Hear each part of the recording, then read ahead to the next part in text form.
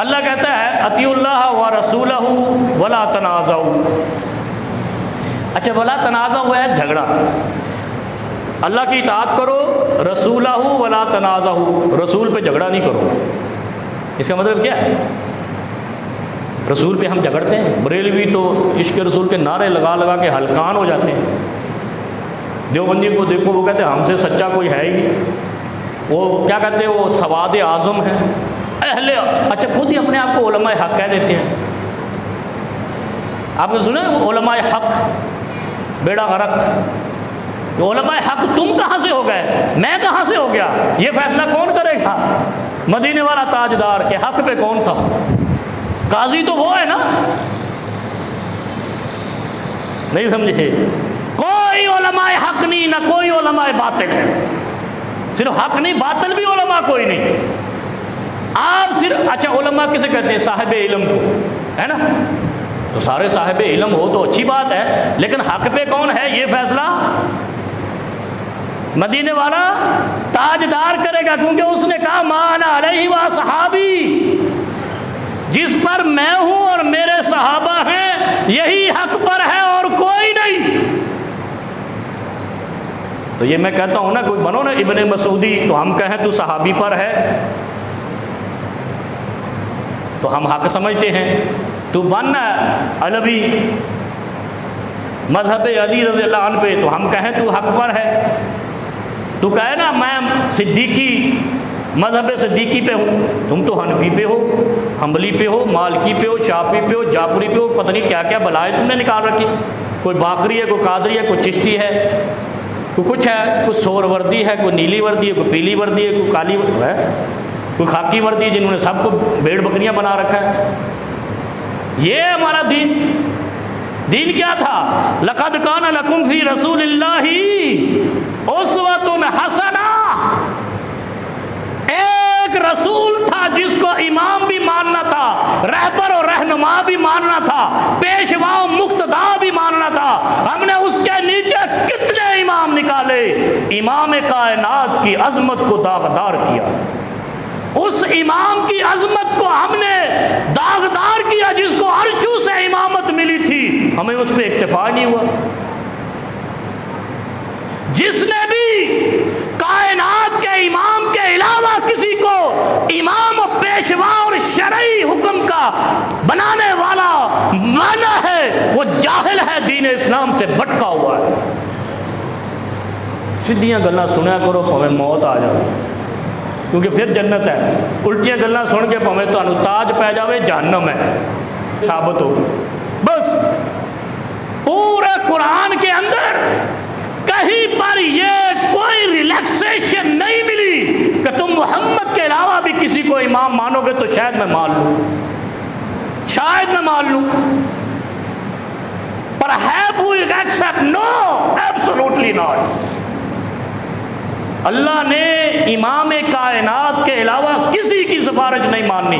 کیا کہتے ہیں؟ شفیع المذنبین کون ہے؟ محمد کریم. شافع محشر کون ہے؟ محمد الرسول اللہ. جب وہاں سفارش اس کی ہے تو دنیا میں اس ایک کو مانتے ہوئے موت کیوں پڑتی ہے؟ کہیں نہیں کہا کہ کل قیامت والے دن حشر کے میدان میں محمد رسول اللہ صلی اللہ علیہ وسلم کے علاوہ بھی کسی کی سفارش چلے گی. نہیں تو یہی دیکھو جب خطبہ پڑھتے ہیں تو اسی کو کہتے ہیں شافع محشر، شفیع المذنبین، رحمت للعالمین. ایسے ہی تو پھر ادھر کیا مسئلہ ہے؟ جب دنیا کی بات آتی ہے تو ہر گلی میں امام بنا رکھا ہے، ہر صوبے میں امام بنا رکھا ہے. کہاں کہاں سے ہم امام نکال کے آتے ہیں یہ آپ کو اندازہ نہیں ہے کہ نبی علیہ السلام نے فرمایا کہ کسی نے اگر باپ کا درجہ کسی اور کو دیا تو اس پر اللہ کے فرشتوں کی لعنت. باپ کا درجہ سمجھتے ہیں؟ کسی اور کی طرف نسبت کی، نسبت یعنی میں اپنے باپ کی بجائے اپنے چچا کی نسبت چلا دوں، اللہ کہتا ہے فرشتوں کی لعنت. کہتا ہے صحیح حدیث ہے یہ، صحیح بخاری.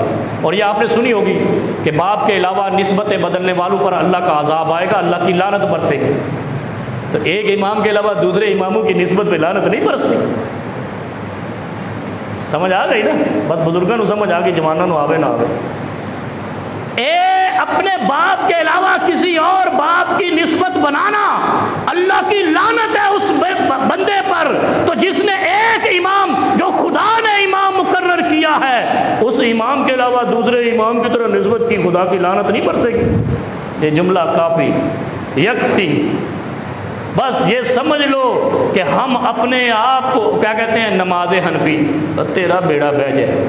محمدی نو کی گانے ہو گئی ہے یا وہ کوئی نقص نکل آیا؟ صلاۃ الرسول میں کوئی نقص آ گیا ہے جو صلاۃ الحنفیہ، صلاۃ الشافیہ، صلاۃ الجعفریہ تم نے ہے کتابیں یا نہیں ہے؟ میں آپ کو دکھا دوں گا نماز جعفری، نماز حنفی، بلکہ نماز حنفی کے علاوہ تو کوئی ایکسیپٹ ہی نہیں ان کے مدارس۔ پھر کہتے کیا ہے، یہ بھی تو رسول اللہ کی نماز ہے، تو رسول اللہ کی لکھ دے، اتنے موت پہندی ہے، اس میں کون سی قباحت ہے؟ اگر تو لکھ دے نماز مصطفی، نماز مصطفیٰ، نماز نبوی، نماز محمدی، کتنے لفظ لکھ سکتا ہے؟ کم از کم نسبت تو محمد کی طرف ہو جائے صلی اللہ ہو۔ پھر یہ دھوکہ کیسے دیتے ہیں کہ نماز عربی بھی تو وہی ہے، تو پھر لکھ دے محمدی اگر وہی ہے۔ اس کا مطلب ہے بیچ میں کوئی دال میں یا داڑھ میں کالا کالا ہے کیڑا، یہ کیڑا ہی مسلمانوں کو ایک نہیں ہونے دے رہا۔ وہ جو زیادہ شرارتی ہو اس کو کیا کہتے ہیں؟ جو زیادہ شرارتی ہو اس کو کیا کہتے ہیں نا؟ بڑا کیڑا ہے۔ تو جو نماز محمدی کے علاوہ کسی اور کی نسبت سے نماز کی کتاب چھاپے اور کہے یہ وہی ہے، اس کا مطلب اس کی داڑھ میں کیڑا ہے جو اس کو ٹکنے نہیں دے رہا۔ محمد رسول اللہ پہ کافی ہو کر ٹکنے نہیں دے رہا۔ یہی وہ آیت کہتی ہے سورہ انفال کی، اطیعوا اللہ ورسولہ ولا تنازعوا فتفشلوا وتذهب ريحكم، 3 ڈگریاں ارشاد فرمائی ہے۔ رسول کو کافی سمجھو، رسول پہ مت جھگڑو۔ اگر تم نے رسول اللہ کی نسبت سے علاوہ کوئی نسبت بنائی فتفشلوا، پھس ہو جاؤ گے۔ پھس کسے کہتے ہیں؟ شکست خوردہ، یہ ادبی لفظ ہے نا، ویسے تو ہم ٹھس بھی کہہ دیتے ہیں، پھس بھی کہہ دیتے ہیں، لیکن جس غبارے سے ہوا نکل جائے اس کو کیا کہتے ہیں؟ پھس۔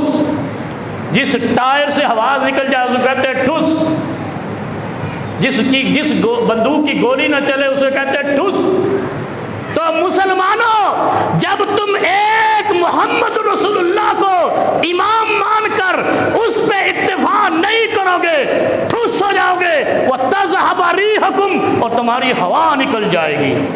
اس میں بھی کوئی مسئلہ ہے؟ کتنا آسان ترجمہ، تذهب ريحكم، ریح کہتے ہیں ہوا کو، وہ کہتے ہیں نا، اور جس کو کہتے ہیں گیس کا اخراج اس کو بھی ریح کہتے ہیں، کبھی کہتے ہیں ریح کا درد ہے۔ خرم صاحب ایسے ہی ہیں۔ تو یہ وہی تذہب، یعنی آسان ترین اردو سپیکنگ سے مستند لفظ بھی ری ہے، اور ری کہتے ہوا کو، تذہب کہتے ذہب یذہب اذہابا، تذہب نکل جائے گی، ذہب گیا، یذہب جائے گا، گو وینٹ گون کہتے ہیں نا، بس یہی ہے وہ۔ اب اس میں قرآن میں کون سی چیز سمجھ نہیں آتی؟ اچھا، مولویوں کے لیے شرط ہونی چاہیے کہ جو مولوی بنے اس سے کم از کم میٹرک یا انٹر کیا ہونا چاہیے، تاکہ اس کو یہ مکس کرنا آ جائے، کیونکہ جدید دور ہے بر صغیر کا، یہ اردو اور انگلش میں ماہر عربی سنواندی کوئی نہیں۔